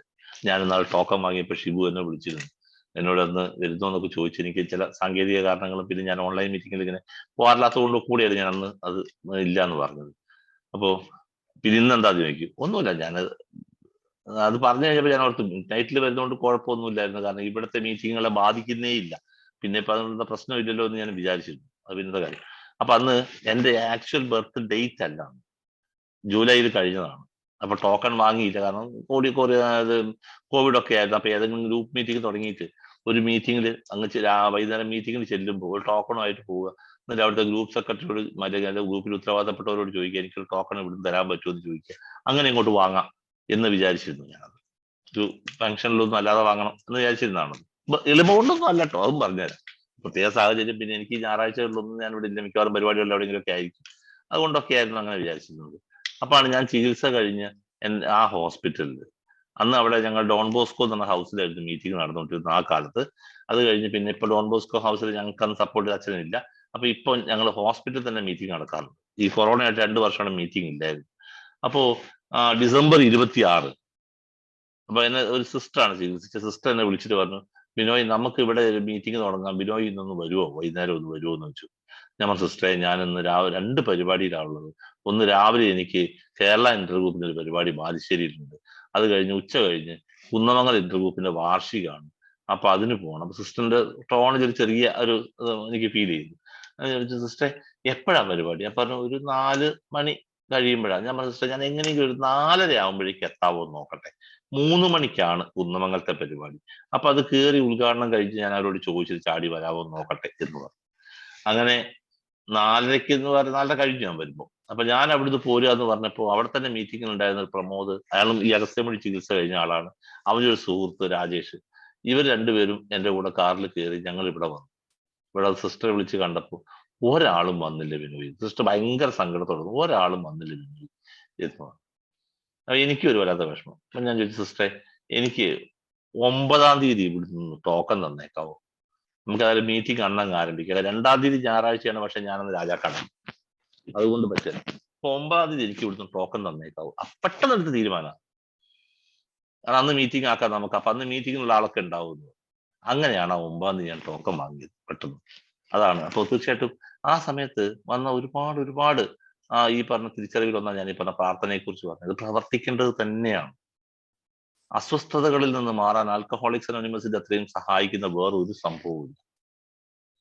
സംഭവമില്ല. കാരണം ആയിരിക്കുന്ന അവസ്ഥയോട് പൊരുത്തപ്പെടുക. എന്തായിരുന്നു ഏറ്റവും വലിയ പ്രശ്നം? ബുദ്ധൻ തന്നെ പറഞ്ഞ എന്താ? Desire is the cause of all sadness. എല്ലാ ദുഃഖത്തിന്റെയും കാരണം ആഗ്രഹങ്ങൾ. ഏറ്റവും വലിയ നിരാശ ഉണ്ടായത് എന്താ? നടക്കാത്തത് ആഗ്രഹിച്ചുകൊണ്ടാണ്. ഏഴ് വന്നപ്പോ എന്ത് കിട്ടി? നടക്കുന്നതിനെ കുറിച്ച് ആഗ്രഹിക്കാൻ. ആഗ്രഹിച്ചത് കിട്ടാത്തപ്പോ അത് എനിക്ക് ഈശ്വരൻ വിധിച്ചിട്ടുള്ളതല്ല എന്ന് ചിന്തിക്കാത്തത്. ഏറ്റവും വലിയ ഒരു പോസിറ്റീവായ ആസ്പെക്ട് അല്ലേ അത്? ആലോചിച്ച് നോക്കി. 3-ാമത്തെ പടി ദൈവത്തിന് ഏൽപ്പിച്ചു കൊടുത്താൽ ഞാൻ എൻ്റെ ജീവിതം, ഇനി അത് ദൈവം ചെയ്തോളൂ. അതിൽ അടങ്ങിയിരുന്നാ പോരാ, ദൈവം തരും. ഇപ്പൊ ഞാൻ ഇന്നൊരാളോട് പറഞ്ഞ ഉദാഹരണം പറയാം. തെങ്ങ് വെച്ചു.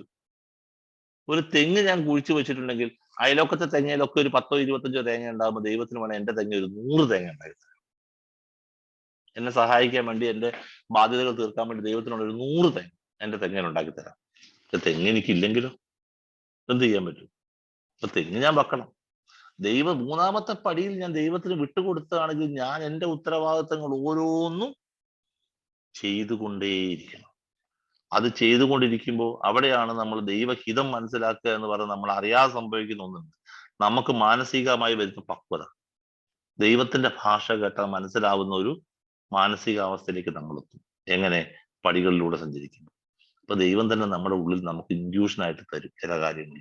അത് ചെയ്യുമ്പോൾ നമ്മൾ പോലും വിചാരിക്കാത്ത റിസൾട്ടുകൾ വരാൻ തുടങ്ങും. അത്ഭുതങ്ങൾ സംഭവിക്കുന്ന കൂട്ടായ്മ, അത്ഭുതങ്ങൾ സംഭവിക്കുന്ന കൂട്ടായ്മ. ഈ അത്ഭുതങ്ങൾ ഇങ്ങനെയാണ് ഉണ്ടാവുന്നത്.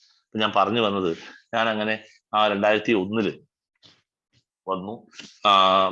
2002 മുതൽ എയുടെ സർവീസിലെത്തി. ഞാൻ ഒരു IGR ആയിട്ടാണ് ആദ്യം പോകുന്നത്. കോഴിക്കോട് സുരക്ഷ ഹോസ്പിറ്റലിലാണ് അന്ന്. കേരള ഇന്റർഗ്രൂപ്പ് എന്ന് പറഞ്ഞ ഒരു ഇന്റർഗ്രൂപ്പ് മാത്രമേ കേരളത്തിൽ. അപ്പൊ അന്ന് സുരക്ഷ ഹോസ്പിറ്റലിലാണ് മീറ്റിംഗ് നടക്കുന്നത്. സണ്ണി അന്ന് ചെയർമാൻ ആയിട്ടുണ്ട് എന്നാണ് എന്റെ വിശ്വാസം. PI ചെയർമാൻ അല്ല, ചെയർമാൻ അന്ന് ആദ്യം PI ചെയർമാൻ ആയിരുന്നു കേരള ഇന്റർഗ്രൂപ്പിൽ, അതിനുശേഷം ചെയർമാൻ ആയിരുന്നു. എന്റെ ഓർമ്മ ചെയർമാൻ തന്നെയാണ്. അങ്ങനെ ചെയർമാൻ ആയിട്ട് തോന്നുന്നു. അത് 2 വർഷം കഴിഞ്ഞിട്ടാണെന്ന് ഓർക്കുന്നില്ല. എന്തായാലും ഞങ്ങൾ രണ്ടും കൂടിയാണ് പോവുക. അവിടെ വെച്ച് എന്റെ ഓർമ്മ വാസുവേട്ടനല്ല വെങ്കിട്ടാണെന്ന് എന്റെ ഓർമ്മ. ഒരു ഷെയർ ചെയ്തു, അത് വാസുവേട്ടനോ ആരോ ഒരാളാണ് ഒരു ഷെയർ ചെയ്തു. മീറ്റിംഗ് കഴിഞ്ഞു. മുകളിലെ ഇന്റർഗ്രൂപ്പിന്റെ മീറ്റിംഗ് കഴിഞ്ഞപ്പോൾ സുരക്ഷ ടെറസിൽ നിങ്ങൾ വർത്താനം പറയാം. അപ്പൊ ഇവരെയൊക്കെ അന്ന് കാണുന്നത് വലിയ നിധി കിട്ടിയ പോലെയാ, വലിയ നിധി കിട്ടിയ പോലെയാ. കാരണം ഇവരുടെ വായിന്നൊക്കെ ഉള്ള വർത്താനങ്ങൾ കേൾക്കുന്നത്, അതുമല്ല വളരെ റെസ്പെക്ട്ഫുൾ പേഴ്സൺസ് ആണ്. കാരണം അവരുടെ സ്വഭാവവും അവരുടെ പെരുമാറ്റവും ആ മോനെ എന്നുള്ള വിളിയൊക്കെ ഒരുപാട് സുഖം തരുന്നതായിരുന്നു. അവരോട് ഇങ്ങനെ മുട്ടിച്ചേർന്ന് നിൽക്കുമ്പോൾ ഈ പൂച്ച കുഞ്ഞുങ്ങളൊക്കെ രാത്രി കിടക്കുമ്പോൾ പുതപ്പിന്റെ ഉള്ളിൽ വന്ന് നമ്മുടെ വയറിനോട് ചേർന്ന് കിടക്കുന്നത് പോലെ തന്നെ അവരടുത്ത് നിൽക്കുമ്പോൾ കിട്ടുന്ന ആ ഒരു ഒരു വല്ലാത്തൊരു ഒരു കൺസേൺ ഉണ്ട്. നന്നായിട്ട് അനുഭവിച്ചിട്ടുണ്ട് ഞാനത്. എനിക്ക് അനുഭവിക്കാനുള്ള യോഗം കിട്ടിയിട്ടുണ്ട് പല സീനിയേഴ്സിൽ നിന്നും. അപ്പൊ ഇങ്ങനെ നിൽക്കുമ്പോൾ പറഞ്ഞു, ഞാന് ആദ്യമായിട്ട് ഡെലിഗേറ്റ് ആയപ്പോഴാണോ ക്ലാസ് ബി ടെസ്റ്റ് ആയപ്പോഴാണ്, ഞാനല്ല ഈ പറയുന്ന കക്ഷി, ഓർക്കുന്നില്ല. ഏതായാലും കോൺഫറൻസിന് പോവുക. പണ്ട് കോൺഫറൻസിൽ എല്ലാവർക്കും പോകാമായിരുന്നു. കാരണം കോൺഫറൻസ് ഇന്ത്യയുടെ പല ഭാഗങ്ങളിൽ വെച്ചിട്ടായിരുന്നു ഉണ്ടായിരുന്നത്. അപ്പോൾ കോൺഫറൻസ് ഡെലിഗേറ്റിനും പോകാം, മറ്റുള്ളവർക്കും പോകാം. പക്ഷെ ഡെലിഗേറ്റ്സിന് വോട്ട് ചെയ്യാൻ പാടുന്നൊക്കെയുള്ള പ്രശ്നങ്ങൾ പറയും. ഞാൻ അതിലേക്ക് കൂടുതൽ കടക്കുന്നില്ല. അങ്ങനെ ആദ്യം ഞാൻ ഇങ്ങനെ കോൺഫറൻസ് മെമ്പറായി. കോൺഫറൻസിൽ ആദ്യത്തെ വർഷം പോയി. അന്ന് എനിക്ക് ഏതാണ്ട് 7,500 രൂപ എങ്ങാണ്ട് ചെലവായി എന്ന് പറഞ്ഞു. അക്കാലത്ത് അദ്ദേഹം ഒന്ന് ഇൻഷുറൻസ് കമ്പനിയിൽ എന്തോ ജോലി ചെയ്യുന്ന സമയമാണ്, വലിയൊരു ഓഫീസറായിട്ട് ജോലി ചെയ്യുന്ന സമയമാണ്. അതെനിക്കൊരു കുഴപ്പമൊന്നും തോന്നിയില്ല. ഈ പൈസ പോയത് എനിക്ക് വലിയ കുഴപ്പമൊന്നും തോന്നിയില്ല. കാരണം എന്നും മദ്യപിച്ചുകൊണ്ടിരുന്ന ഞാൻ 1 വർഷം മദ്യപിക്കാതെ ഇരുന്ന് അതിന്റെ ആ ഒരു ഗ്രാറ്റിറ്റ്യൂഡിന്റെ ഭാഗമായിക്കൊണ്ട് സർവീസിലെ ഒരു അംഗം എന്ന നിലയ്ക്ക് ഞാൻ ഇപ്പൊ 3 വർഷം 4 വർഷം കണ്ടേ എനിക്ക് ഡെലിഗേറ്റ് ആയിരുന്നു തോന്നുന്നത്. അത് തന്നെ പറയുന്നത്. അപ്പോൾ ഞാനിങ്ങനെ മീറ്റിങ്ങിന് പോയ കോൺഫറൻസിന് പോയി. അതിനുവേണ്ടി ഇത്ര പൈസ ചെലവായതിൽ എനിക്ക് ദുഃഖമൊന്നും തോന്നിയില്ല. കുടുംബത്തിലെ ആരും അതിന് പ്രത്യേകിച്ചൊന്നും പറഞ്ഞില്ല. പക്ഷേ അല്പം കഴിഞ്ഞപ്പോ അത് ശരിയായില്ല എന്ന് എനിക്ക് തോന്നി. കാരണം ഞാൻ ചെലവാക്കിയ പണം എനിക്ക് മാത്രം അവകാശപ്പെട്ടതല്ല. എനിക്ക് മാത്രം അവകാശപ്പെട്ടതല്ല. എനിക്ക് കിട്ടുന്ന ശമ്പളത്തിൽ നിന്ന് എടുത്താൽ ഞാൻ പോയത്. പക്ഷെ എന്റെ ശമ്പളം എന്റെ വീട്ടിലുള്ള എല്ലാവർക്കും തുല്യ അവകാശമുള്ളതാണ്. അതിൽ ഓരോ ഓഹരിക്ക് എനിക്ക് അവകാശമുള്ളൂ. അതുകൊണ്ട് എന്റെ അടുത്ത് എന്റെ എല്ലാ കാര്യങ്ങളും കഴിഞ്ഞ് ബാക്കിയുള്ളത് വീട്ടിൽ കൊടുക്കുകയല്ല. അപ്പൊ അതുകൊണ്ട് അത് ശരിയായില്ല എന്ന് എനിക്ക് തോന്നി. അടുത്ത പ്രാവശ്യം കോൺഫറൻസിന് പോകണം. പക്ഷെ അത് എന്റെ ആഗ്രഹമാണ്. പക്ഷെ എങ്ങനെ പോകും? ഇങ്ങനെ പണം എടുത്ത് പോകുന്നത് ശരിയല്ല എന്ന് എനിക്ക് തോന്നി. അപ്പോ സാധാരണയായിട്ട് വീട്ടിലേക്ക് പച്ചക്കറി വാങ്ങാൻ വേണ്ടി മാർക്കറ്റിൽ പോവുക. ഒരു പഴയ സ്കൂട്ടർ ഉണ്ട്, ഏത് ലാംബി സ്കൂട്ടർ കണ്ടാണ്. ആ സ്കൂട്ടറിലാണ് പോവുക. ഞാൻ ആ സ്കൂട്ടർ പോക്ക് നിർത്തി. പകരം സിറ്റി ബസ്സിൽ പോയി. കാരണം അപ്പൊ സിറ്റി ബസ്സിലാകുമ്പോൾ സ്കൂട്ടറിന്റെ പെട്രോൾ അടിക്കുന്നതിനേക്കാൾ പൈസ കുറവാണ്. അങ്ങനെ കണക്ക് കൂട്ടി നോക്കുമ്പോൾ 1 വർഷം ആകുമ്പോൾ എനിക്ക് കോൺഫറൻസിന് പോകാനുള്ള പൈസ ഉണ്ടാവും. അപ്പൊ അത് സ്കൂട്ടറിന് ഞാൻ വീട്ടിലെ ആവശ്യത്തിന് വേണ്ടി പോയിക്കൊണ്ടിരുന്നതാണ്. അത് ഞാൻ മാറ്റി വെച്ചിട്ട് ഞാൻ ഇങ്ങനെ പോയി ഉണ്ടാവുന്ന പൈസ എനിക്ക് ഉപയോഗിക്കാൻ അവകാശമുണ്ട്. ഞാൻ അങ്ങനെ പിറ്റേ ദിവസം മുതൽ പച്ചക്കറി വാങ്ങാൻ വേണ്ടി പോകുന്നത് ഈ പറഞ്ഞ സിറ്റി ബസ്സിന് കയറിയായി. എന്റെ മനസാക്ഷി കുത്തെനിക്ക് അവസാനിച്ചു. എന്നെ വല്ലാതെ സ്വാധീനിച്ച ഒരു സംഭവമാണ്. വല്ലാതെ എന്നെ സ്വാധീനിച്ചു. കാരണം ഞാൻ കുടിയെ നിർത്തിയിട്ടുണ്ടായിരുന്നു, പുകവലി നിർത്തിയിട്ടില്ലായിരുന്നു. 2002 സെപ്റ്റംബർ 19 ഞാൻ വലിയ 2002 സെപ്റ്റംബർ 19. ഓർക്കാൻ കാരണം സെപ്റ്റംബർ 18 എന്നുള്ളത് എൻ്റെ real birthday, actual date of birth ആണ്. അപ്പോ അന്ന് വഴി നിർത്താൻ വേണ്ടി ഞാൻ ശ്രമിച്ചായിരുന്നു, കിട്ടിയില്ല. കാരണം രാത്രി 12 മണിക്ക് കൈരളി TV ന്യൂസ് ഉണ്ട്. ആ ന്യൂസും കണ്ട് അവസാനത്തെ സിഗരറ്റ് ഞാൻ വിൽസാ വലിക്കുക, അതും വലിച്ച് കിടന്ന നേരം വെളുത്ത് നോക്കുമ്പോൾ മേശപ്പുറത്തുള്ള പാക്കറ്റിനകത്ത് 8 വിൽസ് ബാക്കിയുണ്ട്. അത്രയും സിഗരറ്റ് ഒന്നും കളയാൻ പറ്റില്ല. അങ്ങനെയാണ് ഞാൻ അതിനെ വലിച്ചത്. പിറ്റേ ദിവസം 2019 ഞാനത് ബോധപൂർവം തന്നെ വലി നിർത്തി. ദൈവം സഹായിച്ചിട്ട് കുറച്ച് ദിവസങ്ങളിൽ എനിക്ക് തിരക്കുകൾ ഉണ്ടായിരുന്നതുകൊണ്ട് വലിക്കാൻ പറ്റിയില്ല. പിന്നെ ജീവിതത്തിൽ ഇന്നുവരെ വലിച്ചിട്ടില്ല. എൻ്റെ മക്കളെല്ലാം വലിച്ചും കുടിച്ചും കണ്ടിട്ടില്ല. ദൈവാനുഗ്രഹം തന്നെ, വേറൊന്നുമല്ല. അങ്ങനെയും കൂടെ കണ്ടായിരുന്നു എൻ്റെ മക്കൾ എന്നെ കാണുമ്പോഴേ തന്നെ സ്ഥലപ്പെട്ടാനെ. അപ്പൊ തീർച്ചയായിട്ടും ഇദ്ദേഹം ഇത് പറഞ്ഞത് കേട്ടപ്പോൾ ഞാൻ ഇങ്ങനെ പുകച്ചു തള്ളുന്ന ആളാണ്. ഒരു ദിവസം പറഞ്ഞാല് 8-10 പാക്കറ്റ് സിഗരറ്റ് ഒക്കെ വേണം എനിക്ക്. മുഴുവൻ ഞാൻ വലിക്കുന്നില്ല, കുറച്ച് കോസി പോവും. എന്നാലും ഞാൻ കണ്ടിന്യൂസ് ചെയിൻ സ്മോക്കറാണ്. എത്ര പൈസയുണ്ട് ഞാൻ സിഗരറ്റ് വലിക്കുന്നത്. ഞാൻ ഓരോ മാസവും ഇന്റർഗ്രൂപ്പ് മീറ്റിങ്ങിന് ബൈക്കാ, ഒരു ഹീറോ ഹോണ്ട ബൈക്കാ. ഈ ബൈക്കിൽ ഇവിടെ വരുന്നത് അങ്ങനെയാണെങ്കിൽ വീട്ടിലെ പൈസയായി. എല്ലാ ദിവസവും തന്നെ ഞങ്ങൾ എന്ത് ചെയ്യും, തിരുവമ്പാടി ഏതെങ്കിലും ഒരു ജീപ്പിൽ ഞങ്ങൾ എവിടെയെങ്കിലും ഉള്ള വാർഷികങ്ങൾ, മീറ്റിങ്ങുകൾ, ബർത്ത്ഡേ ഒക്കെ ഉണ്ടാവും. അന്നത്തെ കാലത്ത് 5-8 മീറ്റിങ്ങുകളേ ഉള്ളൂ ഈ പറഞ്ഞ ഭാഗങ്ങളിലൊക്കെ. ആ മീറ്റിങ്ങുകൾക്ക് പോകും ഞങ്ങൾ. മോനെ നമുക്ക് അവിടെ പോവല്ലേ, ഇവിടെ പോവല്ലേ എന്ന് പറയും. അങ്ങനെ രാജുവിനൊക്കെ ഉണ്ടാവും. ഞാൻ സ്കൂൾ വിട്ട് വന്ന വണ്ടി കയറി മീറ്റിംഗ് കഴിഞ്ഞാൽ വീട്ടിൽ പോരുക. അപ്പൊ അതിനൊക്കെ ഷെയർ ഇടണം. ഈ പൈസയൊക്കെ സത്യം പറയുകയാണെങ്കിൽ വീട്ടിലേക്ക് അർഹതപ്പെട്ടതല്ലേ. അപ്പൊ ഞാൻ അത് അന്ന് ചിന്തിച്ചിരുന്നത്, ഞാൻ അല്ലെങ്കിൽ വൈകുന്നേരം വന്നാൽ എന്താ ചെയ്യുക, കട്ടയിടും. ഇതൊരു കട്ടയാണ്, പക്ഷെ മറ്റേ കട്ട കുപ്പിക്കാണ്. അത് ഒരു കട്ട, ഇത് ഒറ്റ കട്ട മതി, ഒരു മീറ്റിങ്ങിന് പോകാൻ ഒരു കട്ട മതി. മറ്റേത് ഒരു കട്ട കഴിഞ്ഞ് മറ്റേ പാർട്ട്ണർ കട്ട നിർത്തിപ്പോവും, അടുത്ത പാർട്ട്ണർ തപ്പി അടുത്ത കട്ടയാണ്. ഇങ്ങനെ കട്ടയാവുമ്പോൾ ഞാൻ ബിൽഡിങ് പണിയും, മറ്റൊരു ഒറ്റ കട്ട നിൽക്കും. അപ്പൊ അത് അത്രയും പൈസ ചെലവാക്കുന്നിടത്തുനല്ലേ ഇപ്പൊ ഞാൻ ഈ പൈസ ചെലവാക്കുന്നില്ലേ ഉള്ളൂ എന്ന് ചിന്തിച്ചോടത്ത് ഇദ്ദേഹത്തിന്റെ വാക്ക് കേട്ടപ്പോൾ മുതൽ ഞാൻ വല്ലാതെ അസ്വസ്ഥനായി. അങ്ങനെ ഞാൻ പുകവലി നിർത്താൻ വേണ്ടി തീരുമാനിച്ചു. നിന്നില്ല. പിന്നെയും മാസങ്ങൾ ഞാൻ ഈ പുകവലി നിർത്താൻ വേണ്ടി ശ്രമിച്ചു, കഠിനമായിട്ട്. എന്താന്ന് വെച്ചാൽ ഞാൻ കണ്ടിന്യൂസ് ആയിട്ട് വലിച്ചുകൊണ്ടിരുന്ന എന്റെ വലി നിർത്തി ആ പൈസ എനിക്ക് എന്തിനെടുക്കാം, സർവീസിന് പോകുന്നതിന് എടുക്കാം. അവനവന്റെ മനസാക്ഷിയുടെ മുമ്പിൽ ന്യായീകരിച്ചേ പറ്റൂ. ന്യായീകരിക്കാതിരിക്കാൻ പറ്റില്ല. എന്ത് പറഞ്ഞാലും മറ്റുള്ളവരുടെ മുമ്പിൽ എന്ത് ന്യായീകരിച്ച് വെച്ചാലും ശരി, സ്വന്തം മനസാക്ഷി അത് അംഗീകരിക്കുക. സ്വന്തം മനസാക്ഷിക്ക് അംഗീകരിക്കത്തക്ക രീതിയിൽ. അതുകൊണ്ടാണ് സെൽഫ് ഹോണസ്റ്റി എന്ന വാക്ക് ഉപയോഗിച്ചത്. സെൽഫ് ഹോണസ്റ്റി എന്ന വാക്ക് ഉപയോഗിച്ചത് അതുകൊണ്ടാണ്, ബോധപൂർവമാണ്. നിങ്ങൾക്ക് ശരിയാണെന്ന് ഉത്തമ ബോധ്യമുണ്ട്, ലോകം മുഴുവൻ എതിർത്താൽ നിങ്ങൾ ചെയ്യാനാണ് ഞാൻ പറയുക. നിങ്ങൾക്ക് തെറ്റാണെന്ന് എപ്പോ തോന്നുന്നു അപ്പൊ നിങ്ങൾ പരിഹാരം ചെയ്യുക. അത് തന്നെയാണ് ശരി എന്ന് വിശ്വസിക്കുന്ന ആളാണ് ഞാൻ. എന്റെ ധാരണകളാണ്, നിങ്ങൾ അങ്ങനെ വിശ്വസിച്ചോളണമെന്നില്ല. ഏതാണെങ്കിലും ഞാൻ അങ്ങനെ ആ അസ്വസ്ഥത മനസ്സിൽ കൊണ്ടുവെക്കാൻ നോക്കും. ആ അസ്വസ്ഥതയാണ് 18 വർഷമായിട്ട് പുകവലിയിൽ നിന്ന് ഞാൻ മാറി നിൽക്കാൻ കാരണം. എനിക്ക് പരിപാടിക്ക് പോകണം, ഞാൻ ഇഷ്ടപ്പെടുന്നു. പല സ്ഥലങ്ങളിൽ പോവുകയും പല ആളുകളെ കാണുകയും അവരുമായിട്ട് മിങ്കിൾ ചെയ്യുകയും ആ യാത്രയും ആ ഷെയറിങ്ങുകളും ഒക്കെ ഞാൻ ഇഷ്ടപ്പെടുന്നു. പക്ഷെ അത് എങ്ങനെയാവരുത്, മറ്റുള്ളവർക്ക് അവകാശപ്പെട്ടതും എടുത്തുകൊണ്ടാവരുത്. ഞാനാണ് ഒരു ഏണിംഗ് മെമ്പർ, ഞാൻ ഒറ്റൊരാളെ ഏണിംഗ് മെമ്പർ ഉള്ളൂ. അപ്പൊ എനിക്ക് കിട്ടുന്ന 1 രൂപയ്ക്ക് 25 പൈസയ്ക്ക് ഓരോരുത്തർക്കും അവകാശമുണ്ട്, എനിക്കും 25 അവകാശമുണ്ട്. ഇത് അത്രയും സീനിയറായ അദ്ദേഹം പറഞ്ഞപ്പോ എന്റെ ഹൃദയത്തിന്റെ ഉള്ളിലാണ് അത് പതിച്ചത്. അതേസമയം ഒരു ധ്യാനഗുരുവോ ഒരച്ഛനോ ഒരു സന്യാസിയോ പറഞ്ഞാൽ എനിക്കിത് കേറില്ല, എനിക്ക് ഉറപ്പാ. അപ്പൊ പിന്നെ കോപ്പല്ലേ എന്ന് ഞാൻ ചിന്തിക്കുള്ളൂ. പക്ഷെ ഇദ്ദേഹം പറഞ്ഞപ്പോ, ഇദ്ദേഹം എന്നോടല്ല പറഞ്ഞത്, അദ്ദേഹം ചെയ്തൊരു കാര്യം പറഞ്ഞതാ, ഞാൻ എൻ്റെ ജീവിതത്തിൽ പ്രാവർത്തികമാക്കി.